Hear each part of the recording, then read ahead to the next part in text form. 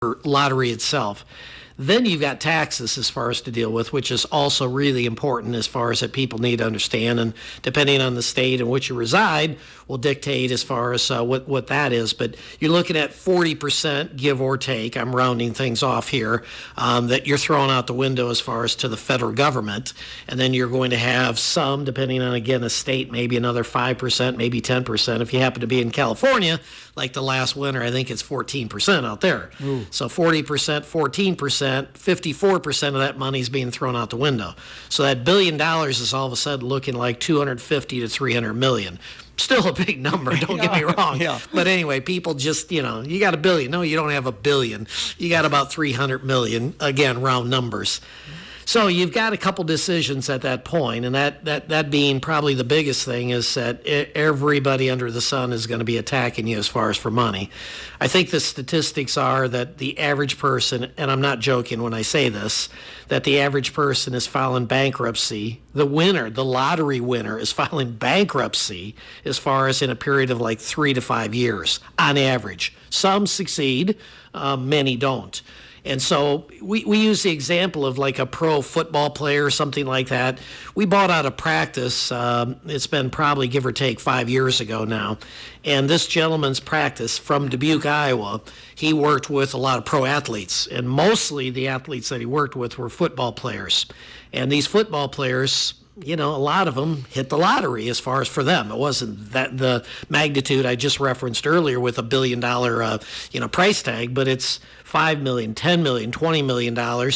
And by the time they ended up paying all the tax and paying all the agent fees and attorney fees and all the stuff, they still had a pretty good pile of money, but the bottom line, it was a lot less than what people would imagine.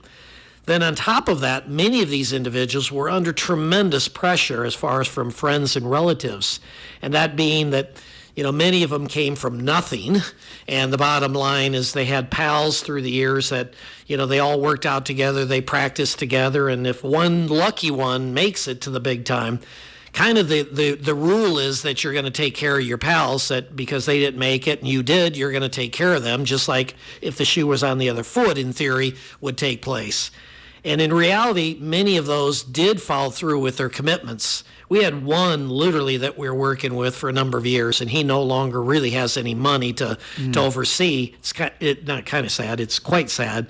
But there was 34 cell bills, so cell phone bills. That was one of the items that we're making payments for as far as on his behalf, as far as that all these guys got under this plan, and he had every friend from years gone by that were on the plan, and again eventually he went broke, pretty much broke. I mean, he's got a few $100,000, but that's it. And so it's really quite sad. So you've got the financial part of it that I think realistically can be handled. In other words, what we try to share with people as far as whether it's small amounts of money or large amounts of money is if you spend $1 today, you not only lost that dollar, you lost the earnings on that dollar. So the idea would be to try to keep as many dollars together as long as you can, and in theory live off the earnings from that dollar. And so again, I've got $300 million, let's say, in this example. You take a realistic assumption as far as rate of return today, say 4 to 5%. I mean, that's $15 million that is flowing in the door each and every year, and will basically, in theory, forever if you just spend the earnings from it. But that's pretty hard to do because, again, I want this house. I've always dreamt of, a place in Arizona. I've dreamt of a place, and I want to go to Hawaii, and I want this, and I want that, and I owe my parents, and I want to give. And you start adding up, and it's millions of dollars that in a very short period of time disappear. And so in theory, that's the big spend, and then we're going to put the rest of the money aside, and we're going to live off of that as far as over a period of time. But that doesn't happen in the real world. The real world is you now have some other thing. Well, I need to upgrade this now, and I need to upgrade that now. And pretty soon we're dipping in the principal and dipping in the principal and dipping in the principal. So it takes a lot of coaching, and I say tough love. We're dealing with a gentleman. We're in the very early stages. He lives in California most of the year. He lives in Wyoming. He has a place in Iowa. That's where we met him. And he's a billionaire. And the bottom line is he's in the midst of a transaction as we speak that will be $115 million that will go to charity, and $350 million is essentially going to go into his pocket. And what we're talking to him about is basically these same concepts. This is a very well-educated individual. This is a person that's had money, continues to have money, and now it's a situation of how do we handle this as far as going forward. He's not a spendaholic, so he will succeed. He's already succeeded, but he'll continue to succeed. Whereas, again, the average person that came into $10 million or $20 million or $100 million for that matter, that's never really had money, more often than not, the odds are really stacked against them. So they need tough love. They need coaching, and they need to be told, no, you can't do this and you can't do that. And it's now a question of will they take that advice, or are they just going to say, the hell with you, and I'm going to spend what I want to spend, and pretty soon they're out of money. So there was a guy out in the Sebule area that bought everybody and their brother, houses and cars and whatever. We're going back probably 20 plus years ago, and and eventually ran out of money. And so it's just unfortunate as far as to see stuff like that. And this could be a really good thing. I mean, one of the things I tell clients all the time is money is either a blessing or a curse. There's no in between. So the challenge is to make it a blessing. I've said to people for a number of years that I think the greatest thing that individuals could do would be to take the lion's share of it and set up some type of structured arrangement where that money is going to go to charity. And the good, warm, fuzzy feeling and again, people that don't have money don't understand that the warm, fuzzy feeling that you get and the comfort in your own skin as far as that, I feel better about myself. Because, again, there's a lot of guilt that comes with money, too. People don't realize that. If I have money and somebody else doesn't, there's a tremendous amount of guilt that comes along with that. And so, again, I think it's really important to understand there's always two decisions with this. One's the financial and one's the emotional. And the emotional one is the one that we really spend a lot of time with people. We've got one in the Iowa City area right now that's give or take $100 million. Again, wasn't a lotto. This was I earned it. Female, very successful individual. We've been working with her probably now, I'm going to say 8-10 years, and she's coming into an enormous amount of money here in the foreseeable future.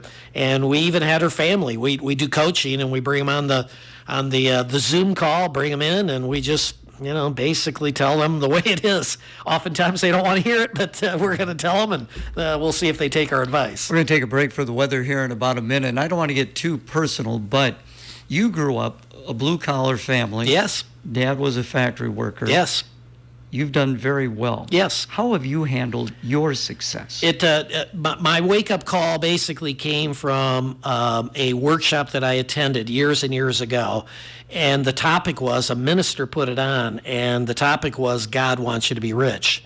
And so that was really an eye-opener as far as understanding money and what have you. Because I dealt with a lot of guilt myself around Christmas time, feeling, I've got a few things and other people don't, and so on and so on.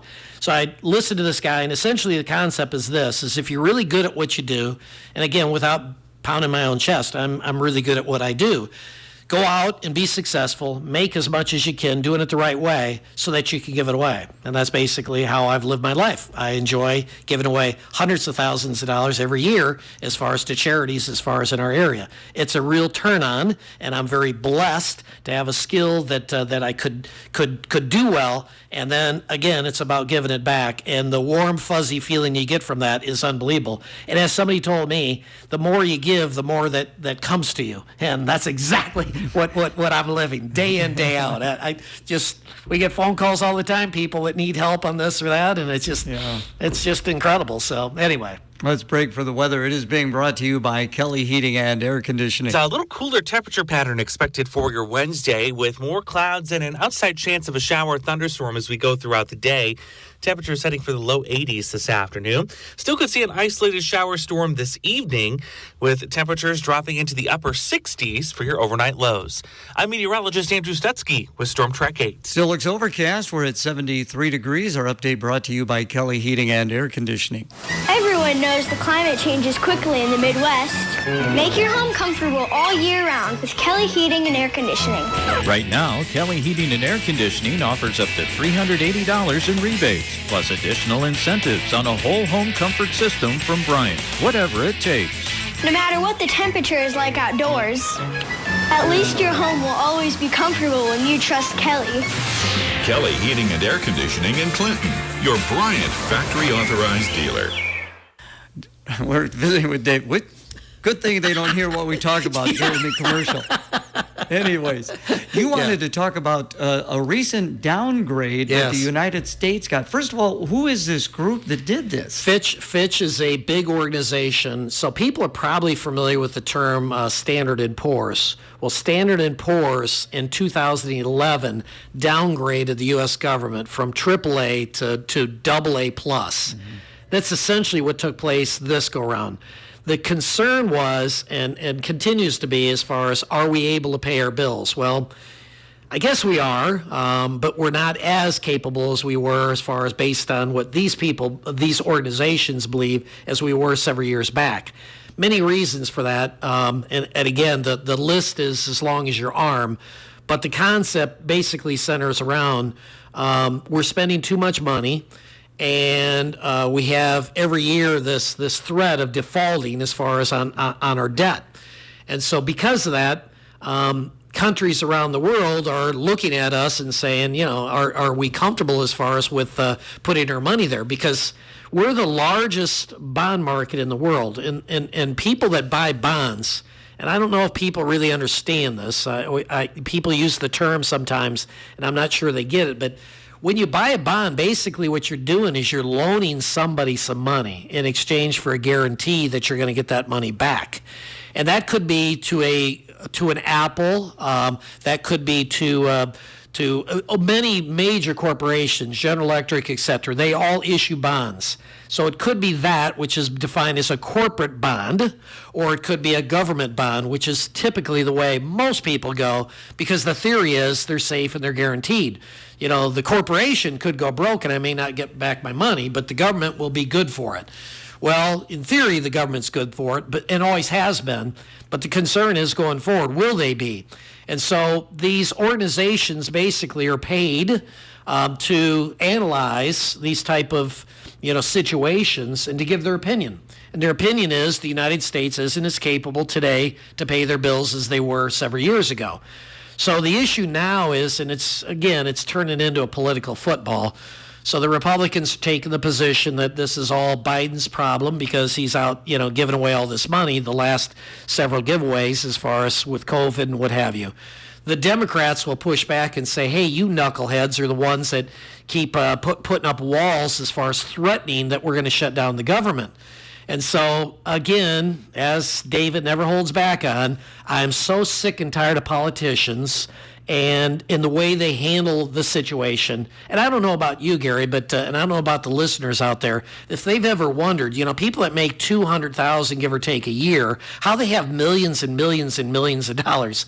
It's fascinating to me as far as how that works. I mean, how many deals do we have behind the scenes, and how much inside type information are they exploiting for their own benefit? But yet they hold themselves out in front of a camera as this, this peer, and I'm the only one in the world that cares about stuff, when in reality these people are basically abusing the system. We have Democrats that can't stand Republicans and vice versa, and it's just become just such a mess. And I think even at lower levels, we see it at a state level as well. The hatred that exists today, I don't know in my lifetime that's ever existed like it does today. Before, I didn't necessarily like you if you were on the other side, but I'd also be reasonable enough to open up my mind to say, maybe we have to compromise. Maybe you can't get exactly what you want, and I can't get exactly what I want, but we could compromise. Today, we don't have that. We have two extremes. And I know I step on toes when I bring this up, But I think I wish people would open their eyes to reality. Reality is that we have some really bad human beings that are out there now that are trying to put themselves in position as far as to supposedly help other people when all they're doing is lining their own pockets. And it's quite pathetic. And so now here's one of the ramifications of this. And again, the numbers are absolutely staggering. What happens when countries around the world question whether they can buy U.S. government bonds and be paid back, the alternative is that we have to pay a higher interest rate for that. So we're borrowing money from other people and other countries in exchange for what? A higher interest. Well, we used to have interest somewhere in the $700 billion range. The estimates are now we're over $1 trillion a year in just interest alone. I mean, just stop and chew on that sucker for a while and say, we got problems. And so, again, I'm going to dig my heels in because I'm a Republican, or I'm going to dig my heels in because I'm a Democrat, and I won't open my mind up to reality. And this is what we have, because we have a lot of stubborn people out there that won't give in to this thing.